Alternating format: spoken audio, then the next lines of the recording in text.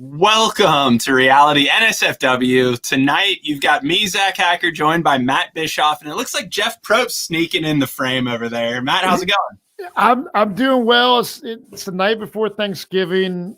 I was lonely. I called up my buddy Jeff, and he's over here keeping me fucking company. I mean, dude, here's a funny thing, man. Typically, as you know, night before Thanksgiving, biggest bar night of the year. Johnny and I have had some live Survivor NSFW events in Cincinnati before on this night. My band has played, many a times the night before Thanksgiving. This year, obviously, is a little different. Bars, restaurants closed early, 10 p.m. curfew. For those that are listening, I'm in Ohio. Zach is in Kentucky. And, we've had a curfew. Crazy times. Our area is getting hit with a second wave, I guess you would call it, of COVID-19 pretty hard. So it's just a crazy time. But we are here with you guys covering the amazing race. And, dude, I didn't even realize, man, I'm sitting there with my dogs. I made a fire in my fireplace for the first time. It's not even that cold out, but I was like, you know what? I want the vibe of fire in the fireplace. And as I'm watching the episode, and then it's like hour one goes by and it says to be continued. I'm like, shit, no one's going home. Like, what's the deal? And then bam, they go into it's a 2-hour deal. So I don't know why. Like, I know sometimes throughout seasons of Survivor, there'll be like a double tribal or something like that. I don't know. I mean, does the Amazing Race typically do 2 weeks back? Wasn't it last week 2 hours as well? I think the Amazing Race keeps it pretty unpredictable. As anyone who's listened to this podcast knows, I am wrong 90% of the time with anything I try to say about the Amazing Race, and you all are keeping me honest on it. So sorry about that. I have no idea how this show airs episodes. We got 2 more hours tonight. We had 2 hours last week. I'm not really sure. I wasn't sure going into this mega leg if it was going to be like the first episode is the mega leg, someone goes home, and the next episode is a whole nother standalone episode. But yeah, the mega leg was big enough for 2 episodes. I certainly think they had enough meat on the bone. So yeah, why not? I like the extra hour. Yeah, and the thing is, man, as I watch this, like, I played Survivor, and I've kind of always, had little daydreams about playing the Amazing Race. Like, what if I played the Amazing Race with fair play, or what if I played with my wife? And man, after watching tonight, I was just like thinking, like, this shit looks really hard. Like, and I know Rupert from Survivor said this is way harder than Survivor, like from in a certain aspect. Yeah. Some of these challenges that they had to do, or tasks, whatever it's. I'm like, I don't know how I would do in them. I'm the kind of person I think that would like freak out and want to just like give up and just be like, fuck it, we're done. Like, I fucking can't do this. It kind of reminds me when I was in high school and I used to do, geometry or algebra or whatever I was doing. And I just could not stand it. I would like trying to do my homework and kind of like I'm in my podcast room. I'd be like looking around at all my Alice in Chains and Danzig and Metallica posters. I started listening to music and I'd be like, fuck this math homework, man. I don't want to do it. And I would just throw in the towel. I think I just get certain things, I think, make an overwhelming kind of vibe for me. And I think like in the Amazing Race, there would be times where I'd be kind of overwhelmed. Like, what is going on? What am I doing wrong? I'd be overwhelmed straight away with sorting Bangles in that wheelbarrow. Oh, no, yeah. I mean, lots of things tonight. I mean, as we, we'll start from the beginning, but dude, like, even with the turban deal, that thing seemed like it wouldn't be that difficult, but then it was, and the fucking setting the table and just a lot of very detail-oriented tasks tonight. Yeah, very detail-oriented tasks. Yeah, I think before we get into going play-by-play through the episode, the big highlight is the blondes are gone. They had 9 lives. Those are expired, and we are now going to be just down to the Mine 5. But another big thing happened tonight as I was watching Twitter, as I'm watching the episode, and as I myself was getting a little frustrated with these episodes. I think the public turned on the Mind 5 tonight. All I've seen is like love and rainbows every week towards this season of Amazing Race. All of a sudden tonight, when it's a group of 5 powerful teams ganging up on the 2 blondes who've been trailing the entire season, all of a sudden the internet was like, this alliance is fucked. I never want to see another alliance on the Amazing Race ever again. This ruined the show. It's terrible. I'd like to see any of them have to try to answer any of these questions on their own without help from others.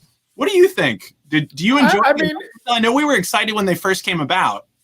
Yeah, it's one of those things, dude, because if you look at a Survivor or a Big Brother, which we had just watched, when there's an alliance so strong that there's nothing out of the ordinary or big drama or something or any backstabbing, it's cool in a way, like if you're part of that alliance, but as a viewer, it does seem to get a little stale. So whoever's commenting on that, I understand what you're saying. I mean, for me, I did like the fact that there was an alliance to the Amazing Race because it kind of brings that element, which I like about Big Brother and Survivor and things like that, to the show. But yeah, I mean, that's a good point you made.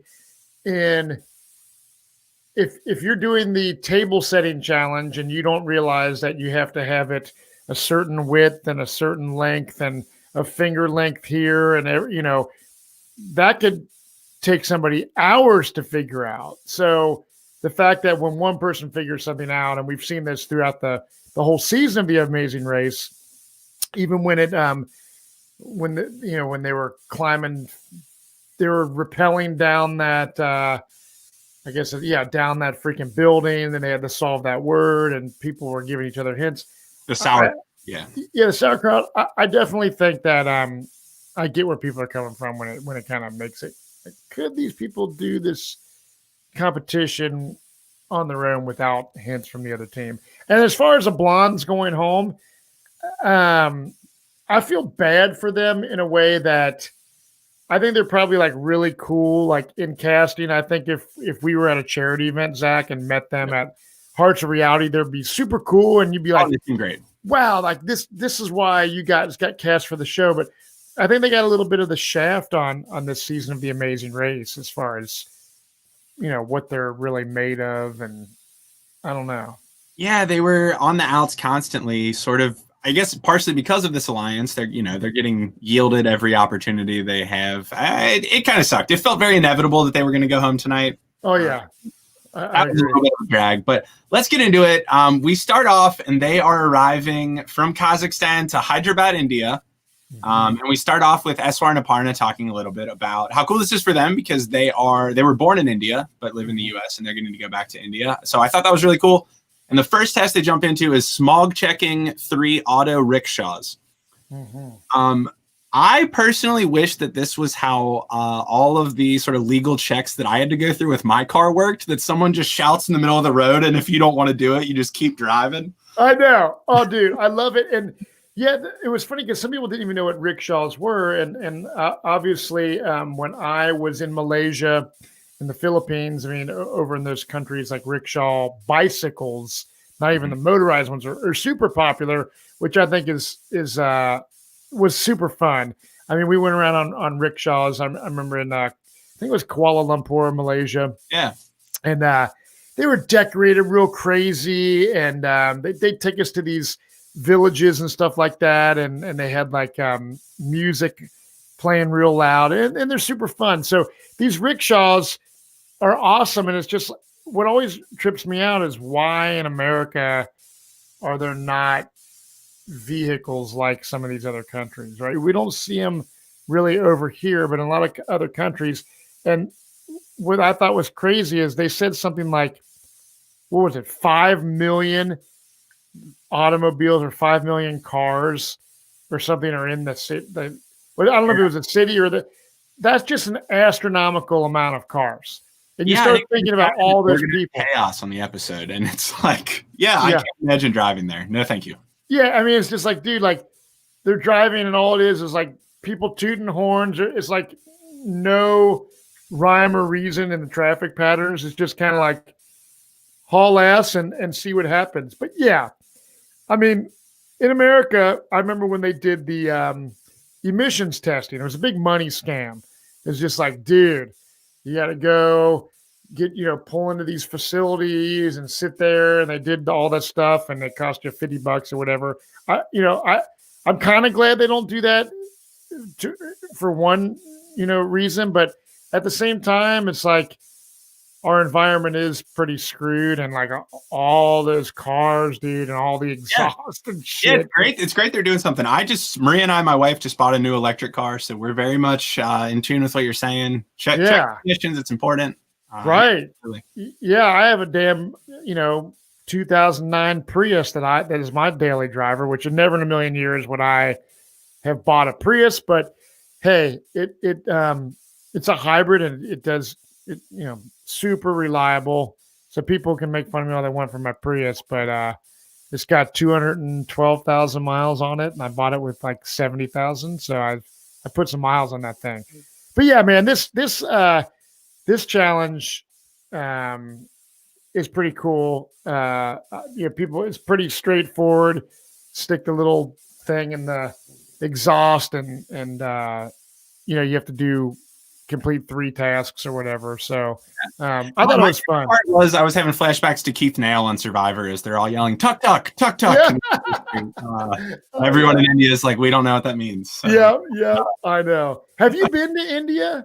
I haven't. No. While we were watching this episode, I was kind of talking with my wife a little bit about, we really need to do that. That's got to be on the list.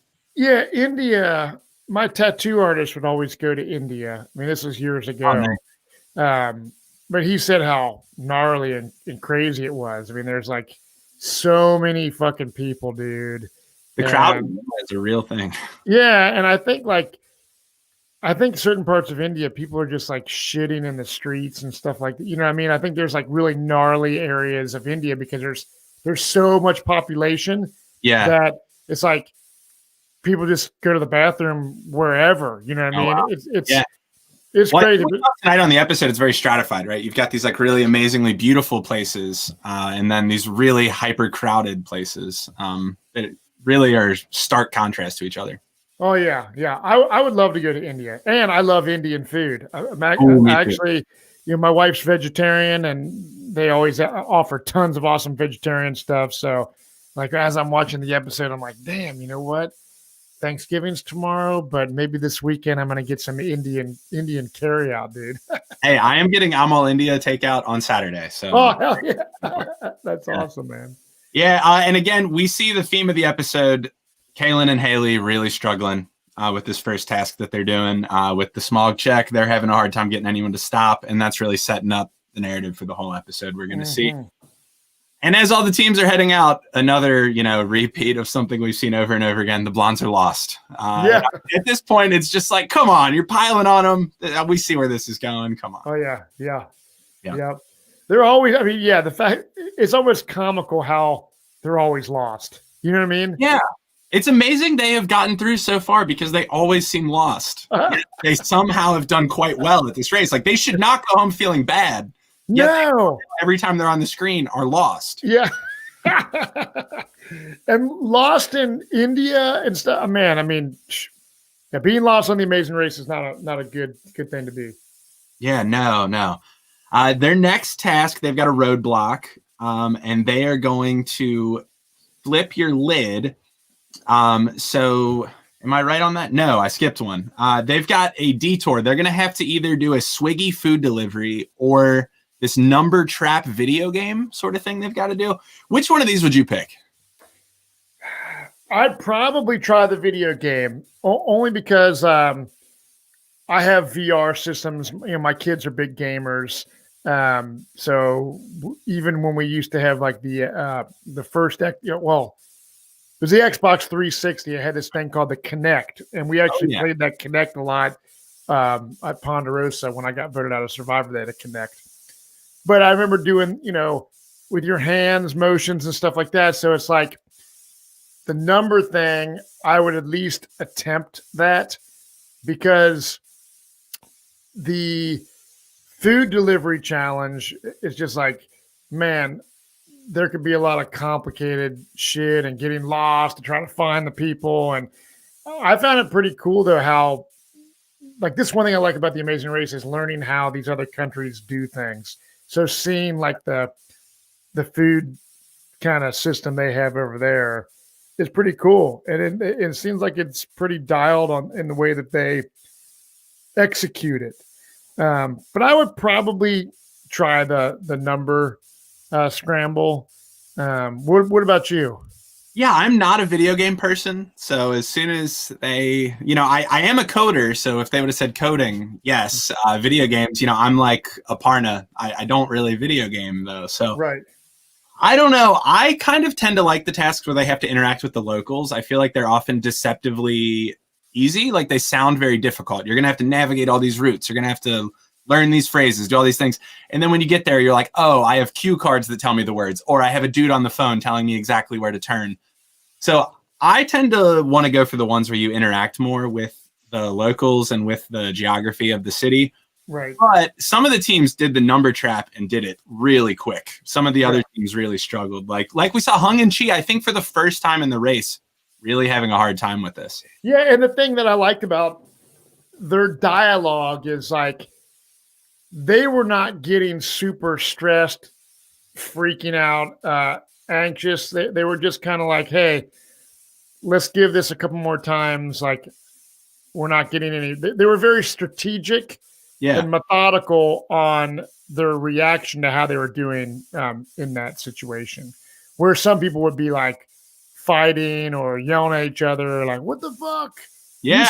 You suck, Yeah, I'm impressed. I've said all along, I think they're my tip to win for the rest of the way. And even when I see them fail, I'm like, oh, they're failing really well. Like they articulated. Yeah, they were, and their parents, they have kids, and I think it's a testament to them as parents. Like when I'm watching it, since I have kids, I'm like, man, their kids, if they watch this, I don't know how old they are or whatever, but like one day they'll be like, wow, like this is how you can act under pressure. You don't have to get all flustered and pissed off and freak out and whatever. You can just be like, you know what?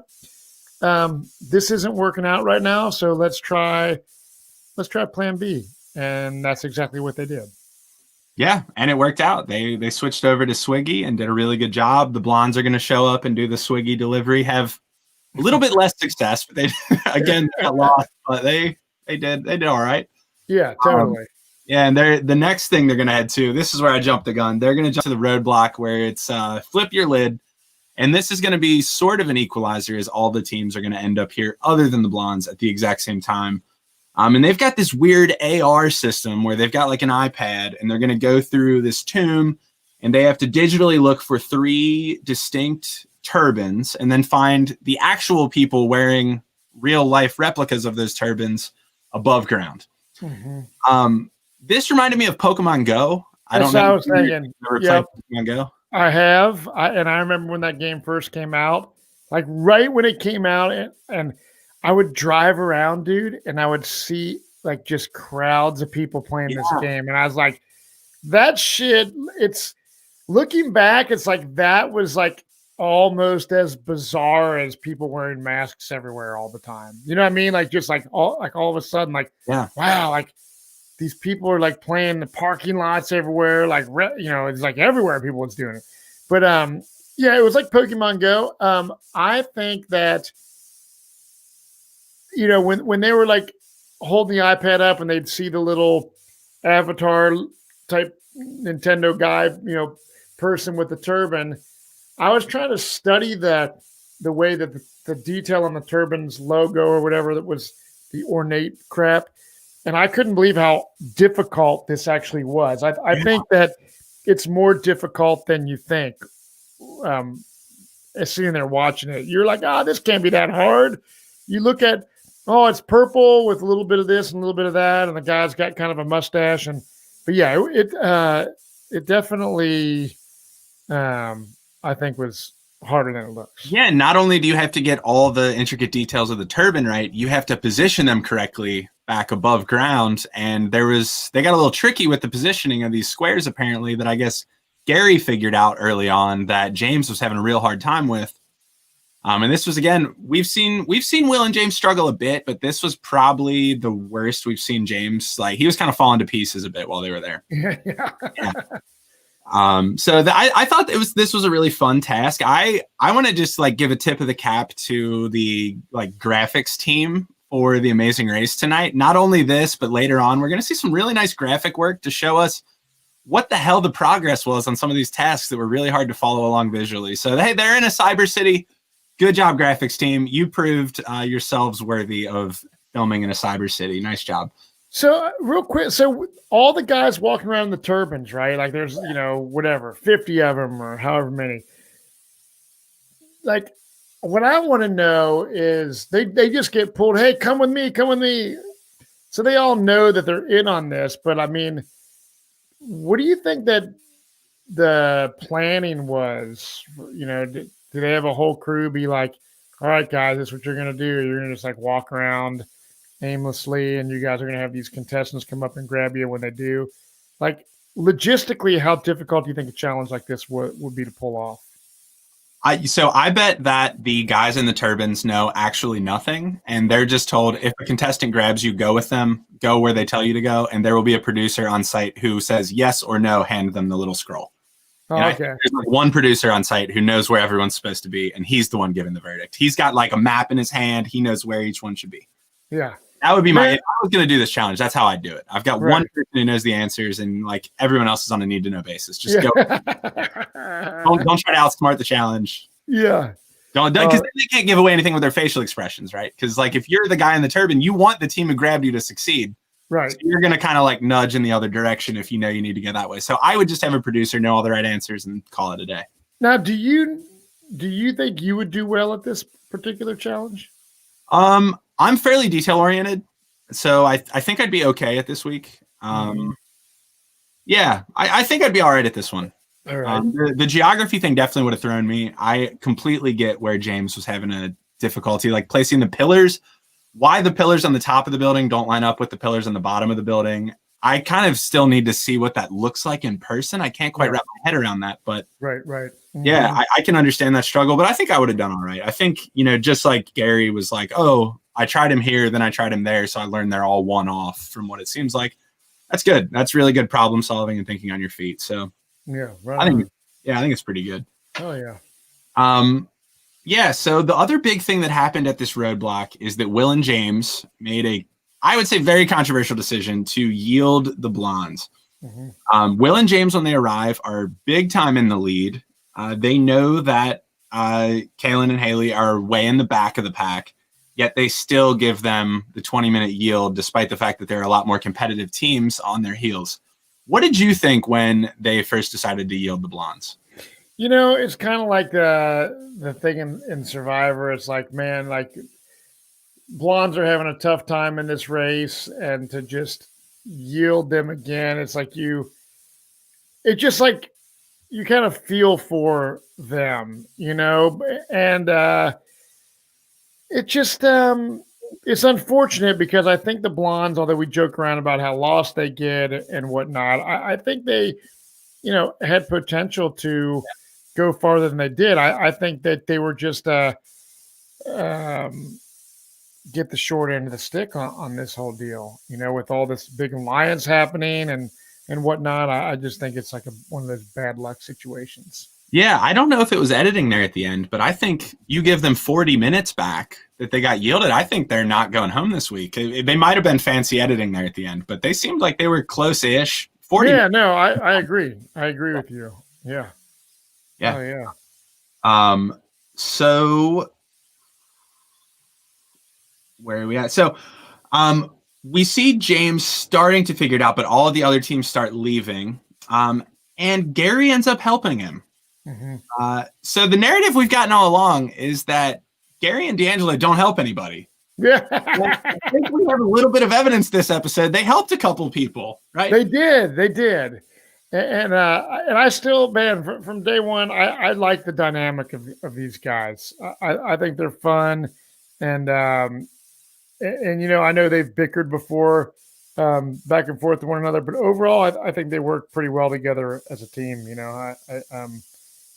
I think it's part of being football players and knowing what it's like to be a part of a team. Yeah. I think that kind of is an advantage really in a game like the Amazing Race. Mm-hmm. Is having that team kind of advantage. Yeah, another thing we've seen with them that I think is really useful is they've gotten frustrated with each other, as you're going to if you're running a race with someone. Yeah. They've like addressed it head on and articulated it really well and kind of been able to move past it and work through it in a way that I think that's where being part of a team and having that experience comes through, is addressing your difficulties rather than kind of burying it, where we've seen teams wait and then blow up later on. Right. I think that is definitely where having worked together a lot in the past really helps you in the Amazing Race. Oh yeah, 100%. Yeah, so everybody is out except for Eswar and Aparna, and Eswar is really slowing them down in this task. I think they were the third team to arrive at the turban task, and they end up being the only team left while the blondes are waiting out the remaining time in their yield. And that is where episode 8, the first hour of the show, ends with Eswar trying to figure out, I think he had one scroll and the blondes yield running out. So again, speaking to how close they really kept it despite having these yields. You know, they were. Yeah, I mean, it is true. Like if they didn't have the yields, I think it'd be a different story. I really do, and it's just unfortunate. I guarantee that they're going to be the type of people that this is going to haunt them forever. It's like, oh man, this is kind of out of your hands. Mm-hmm. This is not really something that you could have necessarily prevented. That's part of these reality shows. It's like there is a lot of luck involved in Survivor or Amazing Race, Big Brother, and we see that luck was not on their side this season. But before we get to part 2, let's hear a word from our sponsors, and we will be right back to break down the second hour of the Amazing Race. Winter's here and it's crazy cold outside, but what you don't know is you should still drink more water. By the time you feel thirsty, it's too late. You're already dehydrated, you can't focus, and you feel tired. Drinking enough water is critical for a healthy lifestyle that you're trying to maintain. It increases your brain power, boosts your productivity. It can prevent headaches and it'll increase your focus. Not only that, it improves your skin and mood, and it can help with your digestion and give you energy. Wow, it also prevents bad breath and can help you lose weight. But how much water should you drink each day? 10 cups? A gallon? The good news is that it doesn't have to be so complicated. That's why I start my day with Hydrant, because Hydrant helps you hydrate faster. Hydrant has created a refreshing electrolyte powder that you mix directly into water to more efficiently and effectively hydrate your body. It hydrates you quickly and keeps you going for longer. Each rapid hydration mix has the 4 essential electrolytes that your body needs: sodium, potassium, magnesium, and zinc, and it packs a punch to help your body hydrate fast and stay hydrated. If you're looking for that extra boost of energy, there's also Hydrant Plus Caffeine, which contains 100 milligrams of caffeine from green tea. Hydrant is backed by research. The formula was developed by an Oxford scientist. It also is loved by pro athletes, top performers, celebrities, and has thousands of 5-star reviews. It's made with real fruit juice powder. It's delicious and refreshing, and it comes in a variety of flavors, including iced tea lemonade and fruit punch. My favorite personally is the grapefruit. It's a classic and I go back to it. It's delicious. Plus, this stuff is backed by a 100% satisfaction guarantee. If you don't love it, you can send it back for a full refund. You really need to try it for yourself to see what I'm talking about. It tastes incredible and it works. Well, Hydrant starts at just $1 a packet for a 30-day supply, and you save even more with a monthly subscription. And it's so easy to get. We've got a special deal for our listeners to save 25% off your first order. We're not kidding here, folks. 25%. Go to drinkhydrant.com/survivor and enter our promo code SURVIVOR at checkout. That's drinkhydrant.com/survivor and enter promo code SURVIVOR for 25% off your first order. That's drinkhydrant.com/survivor. Enter promo code SURVIVOR to save 25%. And we thank them for sponsoring the podcast. This episode is brought to you by Magic Spoon, and I'm so glad it is because growing up, cereal was one of the best parts of being a kid, but I had to give it up because I'm now in my 30s and I was realizing that it's full of sugar, junk, and all this stuff you really shouldn't eat. So I've been trying to cut down on carbs, sugar, all this unhealthy food, and I realized I basically can't eat anything anymore except Magic Spoon. For me, we're into the winter months and nothing's changed for me. I mean, I have 5Ks coming up, 10Ks coming up, half marathons coming up. I still treat my body as great as I personally can on a physical level, but a part of that is eating right. You know, I'm not doing the big hearty breakfast that I used to do in the past. I'm not doing the unhealthy breakfast that I've been doing in the past. I am doing a breakfast that helps me get through the day, not add those extra carbs, and make me feel like the healthiest Johnny Fairplay I've ever been in my entire life. Sign me up for Survivor right now. This stuff has 0 sugar, 11 grams of protein, and only 3 net grams of carbs in each serving. There's 4 flavors that are their staples. You can get cocoa, fruity, frosted, blueberry. It tastes amazing. Honestly, it's too good to be true. Johnny, what are your favorite flavors? Well, right now I am all in on the apple cinnamon. Remember that apple cereal you had as a kid and you loved? It is here through Magic Spoon, but so much better, and I freaking love it. You cannot stop me from eating this. I mean, you have the fruity, the peanut butter, the cocoa, the cinnamon, the apple cinnamon. Oh man, number one, blueberry frosted. So many to choose from. I am digging this. All these cereals are keto-friendly, gluten-free, grain-free, soy-free, low-carb, and GMO-free. Johnny, where should they go to pick some up? Of course, you go to magicspoon.com/survivor to grab a variety pack and try it today. And be sure to use our promo code SURVIVOR at checkout to get free shipping. And Magic Spoon is so confident in their product, it's backed with a 100% happiness guarantee. So if you don't like it for any reason, they'll refund your money, no questions asked. That's magicspoon.com/survivor. Use the code SURVIVOR for free shipping. And we thank Magic Spoon for sponsoring the podcast. And we are back. And as episode 9 kicks off, the teams arrive in Charminar. And we get the moment we've been waiting for since I think we first started talking about Amazing Race Alliances with Lex Vandenberg back with episode 4, I think. Will is explaining that they've devised a core 3 inside of the Mind 5. Mm-hmm. So this is some next level alliance building. This is people who are familiar with reality television show like Survivor, like Big Brother, like The Challenge maybe, that they get what they need to be doing here. And the core 3 that exists is who it's Will and James, of course. It is the volleyball bearded brothers, and it is Hung and Chi. So they're cutting out D'Angelo and Gary, and they're cutting out Eswar and Aparna. Mm-hmm. How do you feel about this alliance breakdown? I think it's cool, man. I mean, I knew that there's going to come a time where this alliance is going to have to break up. There's going to have to be something has got to give. And tonight was the night, and it's getting deeper into this race. It's a matter of if everyone kind of figures out who's on the kind of bottom of the totem pole, if you will. I don't know. Me personally, I would be happy to be in the top 3 alliance right now. Yeah, me too. You know, so and I think the teams that are in the 3-team alliance are definitely teams that I think have a chance of anyone. It's anyone's race at this point out of those 3. I think that D'Angelo and Gary, although they're not in it, I think that they still have a chance of, making it a few more weeks. They're great competitors. I think it just depends on the different challenges there are and if they can keep up with it without kind of just blowing it when it really counts. It's getting down to the wire. So, the bearded guys, those guys are smart. Yeah. Will and James, I mean, it's like Hung and Chi. Each team has their own strengths, and you could make a case for just about any of those three of why or how they could win this race. Yeah, it'll be interesting to see.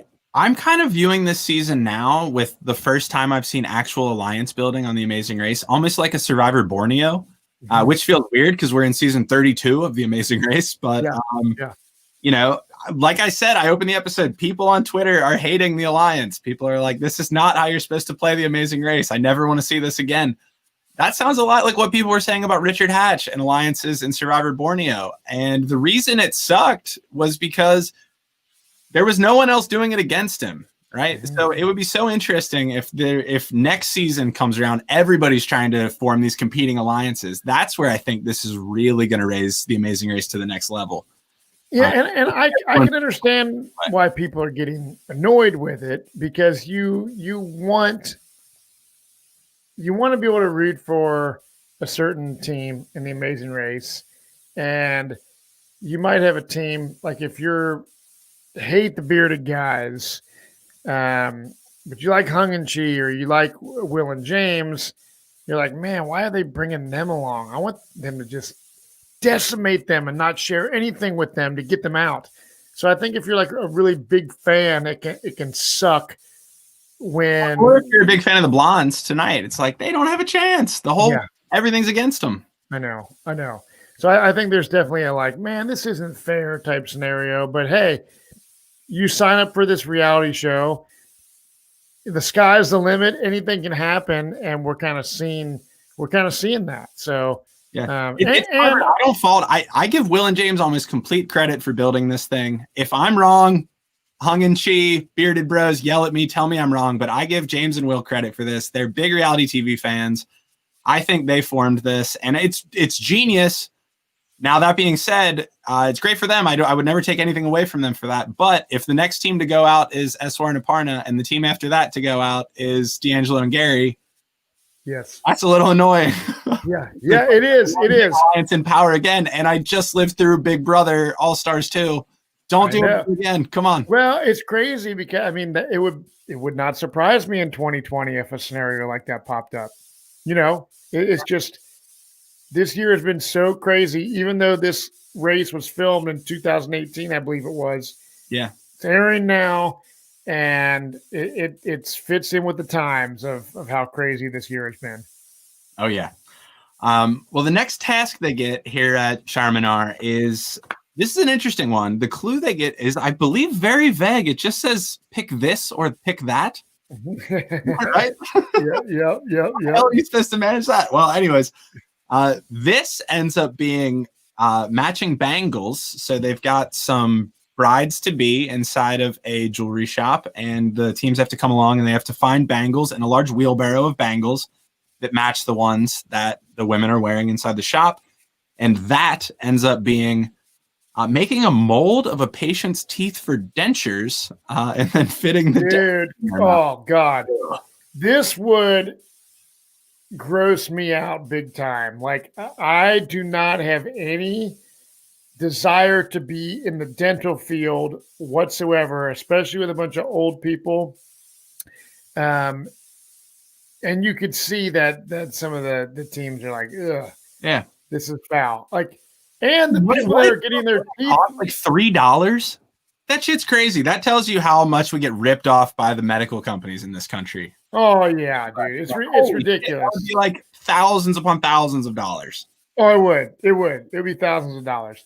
And I'm just wondering, like, sticking those molds and all that goop up in people's mouths to volunteer to be those people that are like letting these Amazing Race contestants make these molds. I wouldn't want to be on the receiving end of their mold making. It's a very pre-COVID task. I don't know if we'll see this again. It is a pre-COVID. I mean, imagine that now. Oh, no. It's like, we're going to do this. Like, no, dude, this shit ain't never happening again. So now it's like, I don't even know if I should go to the dentist or not. Maybe I should wait 6 more months. Yeah. They've got strangers sticking their dirty hands in their mouths. Like, we're good. Yeah, no worries. I know. It was crazy. Yeah. I wouldn't want to do it. Have your teeth taken? Have I ever had a mold of my teeth? Yeah. Well, yes. I actually recently I grind my teeth when I sleep. Okay.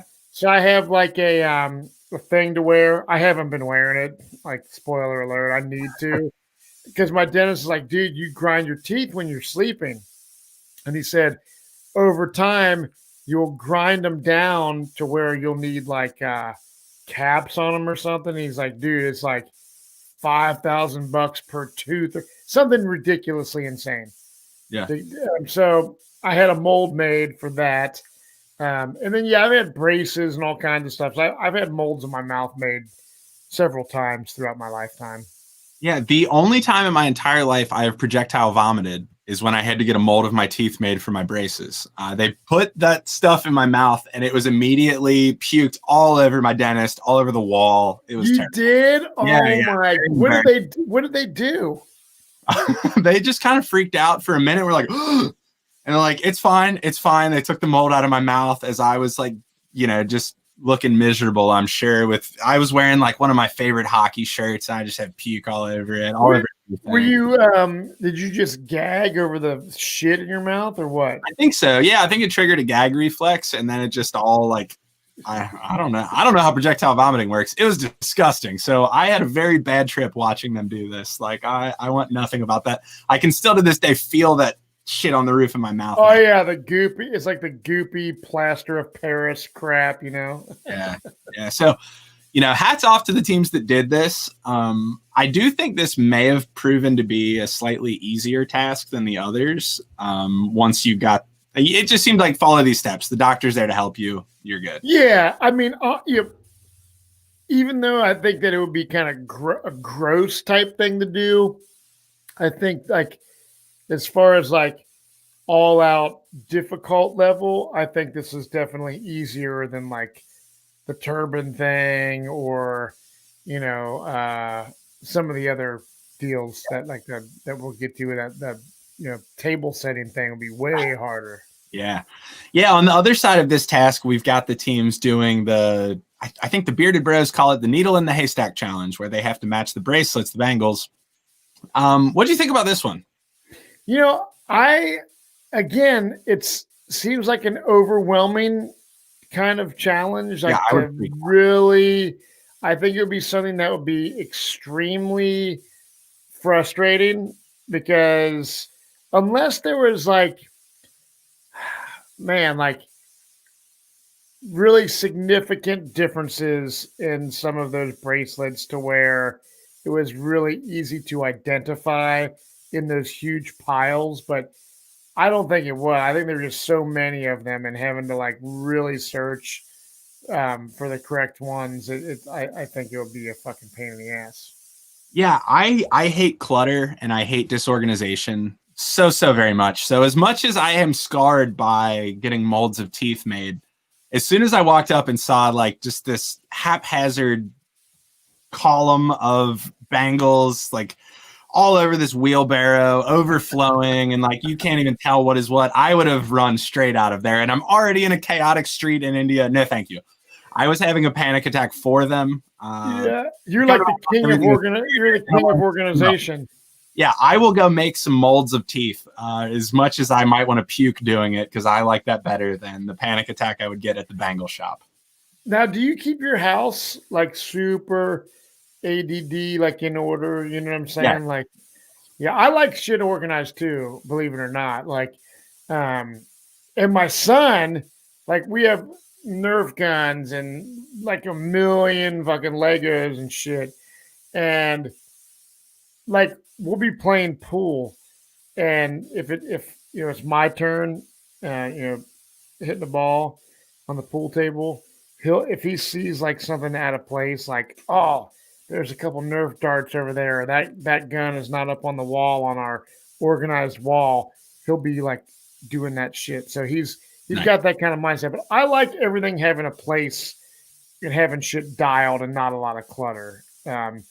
And even in my garage, and I have an attic space, and even in this podcast studio, just trying to keep it simple and not a lot of stuff laying around. It just makes you feel better. So with these bracelets and stuff, it did seem like, oh God, this is gotta be a nightmare to do.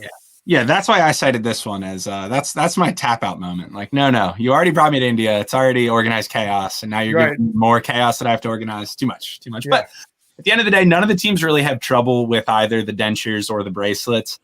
And we move to the last yield opportunity of the season. So this is going to be the last time any of the teams can use those yields they dug up in the mines. I think they were back in Colombia when they found those. And their next task is going to be at the palace above the city.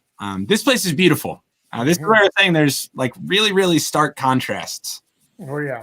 To this like palace that is so ornate and so orderly and so spacious and so empty compared to where they just came from, the really crowded streets. Kind of hard to wrap your head around that dichotomy they're going through. But the bearded bros are the first ones to arrive, and they come out in this traditional Indian clothing. And they look so fucking cool with their beards. And oh man, I loved it. They did. I did too. Those guys got some killer beards, and I'm a beard connoisseur. I have been for many years, and those dudes can grow a badass freaking beard. But yeah, they looked the part. They looked awesome. Yeah, I loved when the guy was parting his beard later to look like the portrait on the wall. I know. Look. I've never seen a parted beard before. I like it. What's the general public's consensus of those guys? So are they? I don't know. I wonder if I haven't seen a lot. Yeah. I think they're pretty agreeable. I can't imagine anyone not liking it. Yeah. Right. Hell yeah. Yeah. They do make a controversial decision though. Again, much like the last kind of pointless yield, I thought they play their yield and they yield not a team they're competing against, but the blondes who are at the back of the pack again.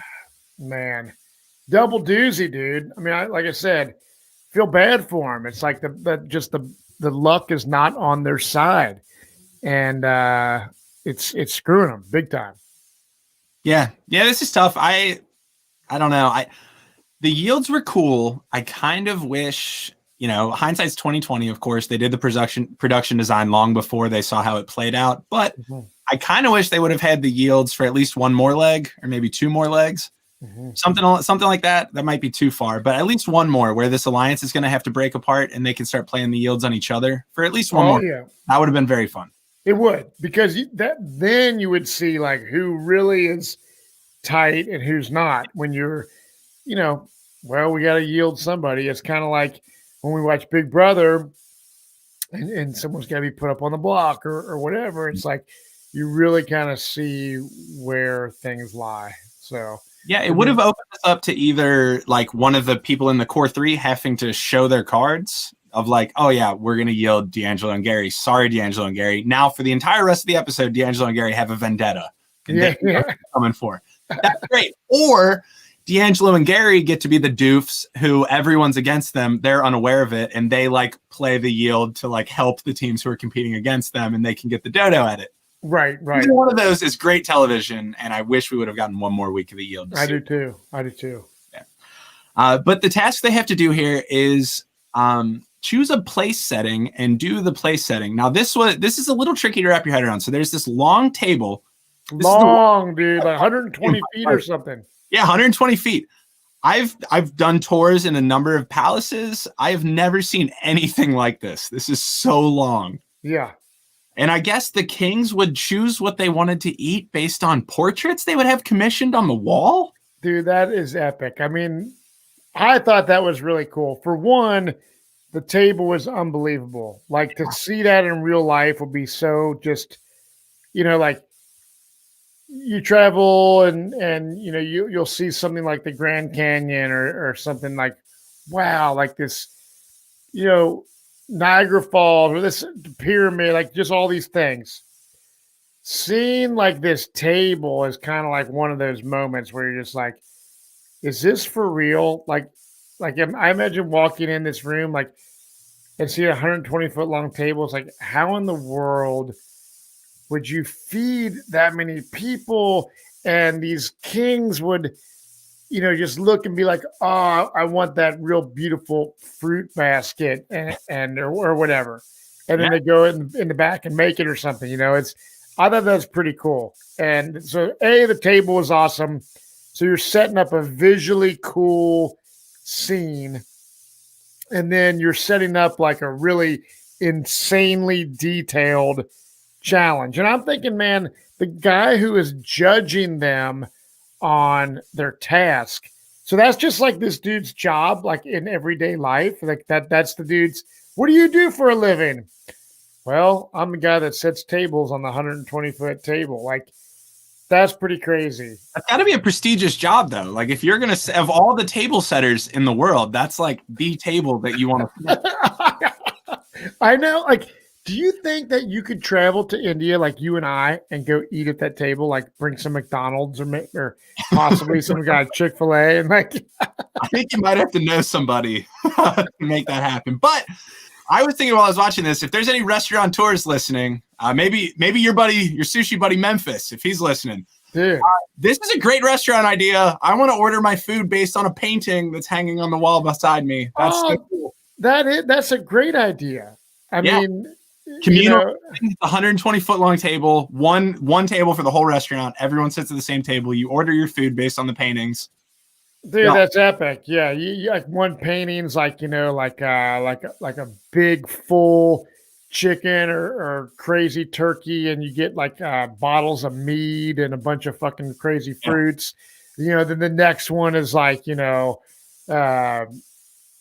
whatever, like a big fucking soup with gorgeous broccoli. I mean, I love that idea. That idea for a restaurant here in the States, man, that's pretty killer. One giant. I mean, obviously, it'd be hard to do now with social distancing and shit, but when this shit's all over, the 120-foot table, let's do it. Yeah, I love it. They've also got some music playing. Matt, you're a music fan. They've got a sitar going on. They do. I do too, man. And there was this band, Dog Yop. Yeah, it's funny because my father-in-law, it's one of his former students. Oh, is it Tyler? We'll do this off air, but so one of his former students. So he told me about this band, Dog Yop, and he's like, it's one of my former students, and my father-in-law knows I'm a musician and shit. And so I got turned on to that band from him. So that's the first thing I thought of tonight when I'm seeing that dude play that. That's a cool instrument, man, and I love seeing the different cultures and the different types of music that people do. Obviously, we earlier in this season of The Amazing Race, we saw that really cool music school made out of recycled materials. Yeah, that was cool. So I think it's really neat bringing music and the culture into these episodes. I think it's killer. Yeah, and Indian music is beautiful. The sitar is a beautiful instrument. I guess since we talked about it, if anyone listening wants to hear some awesome sitar music, there's a local band in Cincinnati called Dog Yop, spelled DAWGYAWG. Mm-hmm. Check them out. They're worth a listen. Heck yeah. So the Beard Bros quickly figure out this task that there's a measuring stick involved, and they start to measure. They slowly piece together where things need to be placed for this measuring. And he decides, I can't remember which one it is, but he decides he's going to hide it from Gary, but shares it with James, and then James shares it with Hung and Chi. So we're seeing this alliance play out, and I really wonder how long those other teams might have struggled. I know James saw it, but Hung and Chi, would they have struggled? We'll never know. Yeah, we won't, and it would be interesting to talk to the people afterwards to be like, look, if you didn't get the hint that this was certain measurements, etc., how long do you think it would have taken? They might have been like, dude, we would have never figured this thing out.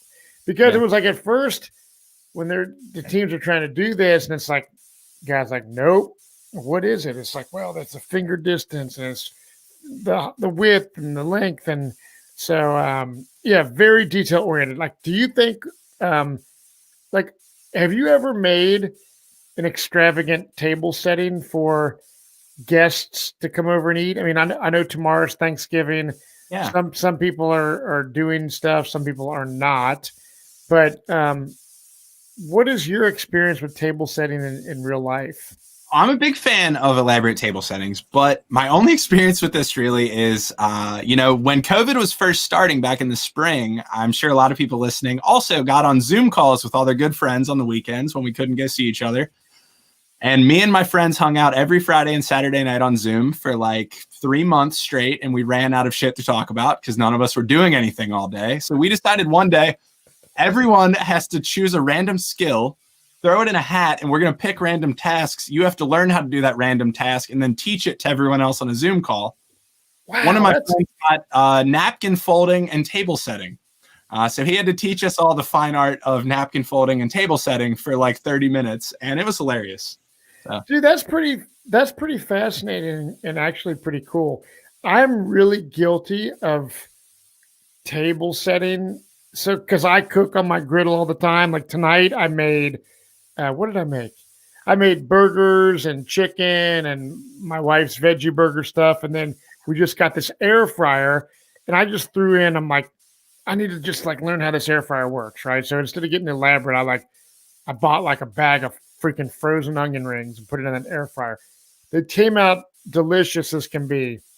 But when we're, I got a family of 4, putting all my griddled food on plates and stuff, and then I just set the plates on the table and just toss a fork, and here's a little thing for napkins, and grab them. That's my table setting. So I've never done the elaborate stuff. So I'm wondering how I would do in a situation where I had to make really crazy folded napkins. Is it hard to do? It's really not. No, you just need to know the technique. There's like 2 or 3 folds and then I like flourish on it. Yeah. Now, have you ever been on a cruise? Have you ever been on a cruise? I have. I went a lot as a kid. Yeah. Okay.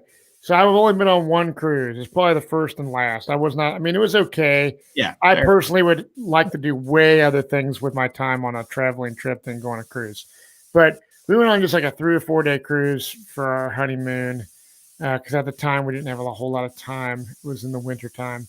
But I remember waking up and seeing like little, they would clean our bed, make our bed for us. And they would have like a dog made out of the towel or something, right? And they would always do these like little sculptures. So it kind of like made me think of that moment when I was watching this. So the dude folding those on the cruise ship, he's training to be the 120-foot table guy. He is training to do that. So yeah, so the Alliance really pulled through in this, really helped out, I think, to get everyone to be able to complete this whole deal. Yeah. And I'd love to hear from someone who was on the season just how close the blondes were. Was it a 40-minute difference? Could it have changed anything if this Alliance would have chosen to use their yields differently? You may never know. Right. But first place goes to the Bearded Bros. They ran a really great leg, start to finish. Solid. And they win did they win a cruise, the 7-day cruise or something? Yeah, to the I forget where, a Caribbean cruise or something like that. But they were stoked, man. It's like they were truly that thrill of victory. The Beer Bros are feeling it. And then the blonde girls, the agony of defeat. So yeah, overall, good 2-hour episode.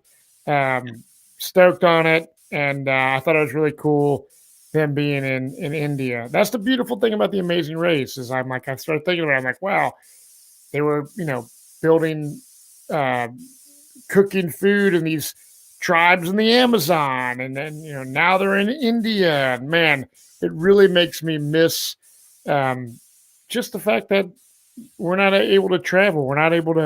Bands aren't able to go on tour. And I'm really hoping that when people watch The Amazing Race right now, that when COVID is under control, I don't know what term to use. I say under control. When the shit is figured out and things get back to normal, I hope people really take advantage and use this as inspiration to travel the world, to go see bands, and to just live it up. I'm hoping that people don't stay like, well, I was complacent working from home all the time and just staying at home. No, I want people to go out and Amazing Races, an inspiring TV show. So great episode tonight. And I'm stoked. I hope that we start getting a little bit of unpredictable finish. I would like to see a crazy finish. A lot of likable teams still in the race. So I think it's everybody, but I just want something to shake it up. Yep. So, okay. Right on.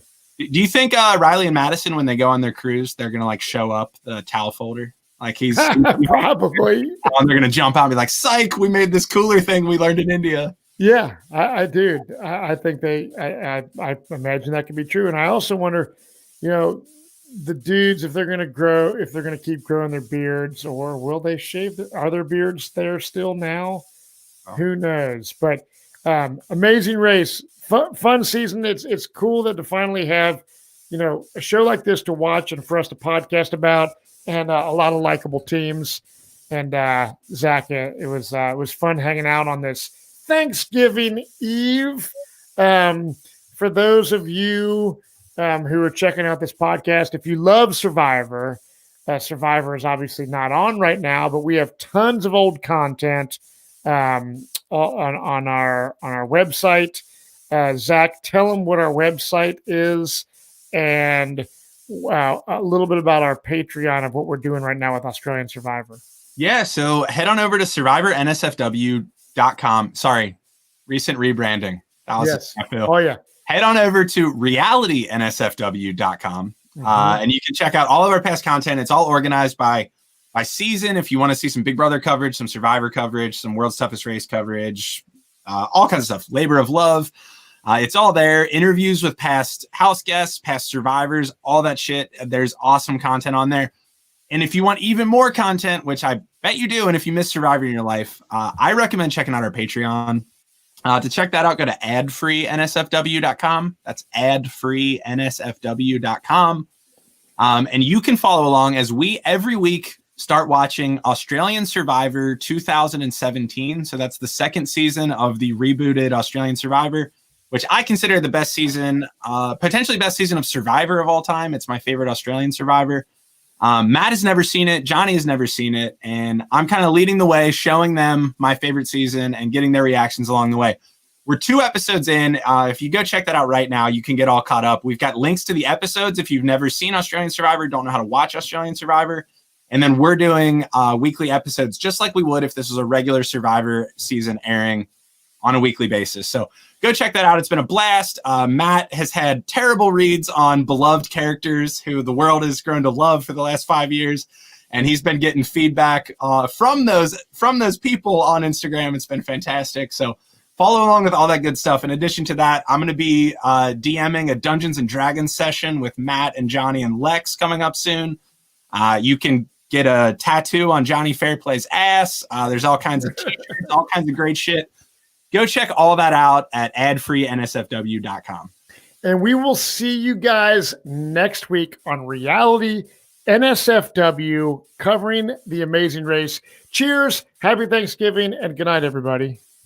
Let's talk about something we could all use more of right now. Sex. Great sex.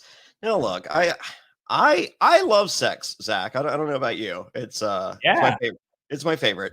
And I don't like a little bit of sex. I like a whole lot of sex. And so, guys, now you can increase your performance and get that extra confidence in bed. Listen up, BlueChew.com. That's blue like the color blue. Blue Chew brings you the first chewable with the same FDA-approved active ingredients as Viagra and Cialis. Now, you can take them anytime, day or night, even on a full stomach, so you can be ready whenever an opportunity arises. Not only that, Blue Chew's made in the USA. It's prescribed online by licensed physicians, so you don't have to go to the doctor or wait in line. It's even cheaper than a pharmacy, and they prepare and ship it right to you in a discreet package. No awkwardness, and you don't even have to leave the house. Now, if you could benefit from more confidence where it counts, Blue Chew is the fast and easy way to enhance your performance. Guys, this isn't me reading ad copy here. This is Johnny Fairplay when he knows action is about to go down.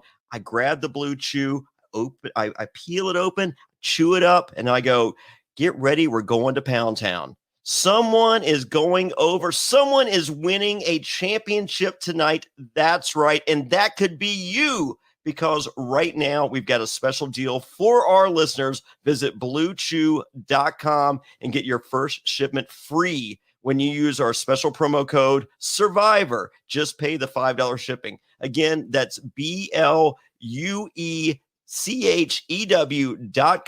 BlueChew.com. Use promo code SURVIVOR to try it for free. Blue Chew is the better, cheaper choice, and we thank them for sponsoring the podcast. And remember, when you support our sponsors, you help this podcast be possible. So please use our promo code SURVIVOR at bluechew.com. Brace yourselves, Survivor NSFW fans.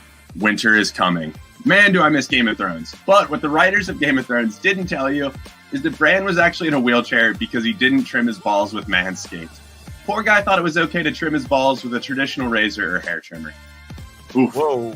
You talk about something that I know about, Zach. I can't believe I'm sharing this.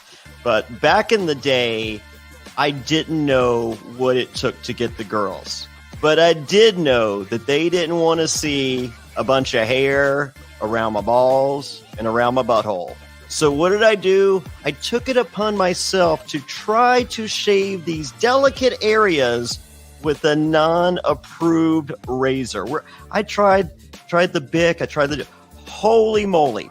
Have you ever seen Ric Flair back in the early 80s wearing the crimson mask, Zach? I have. That's what my balls look like.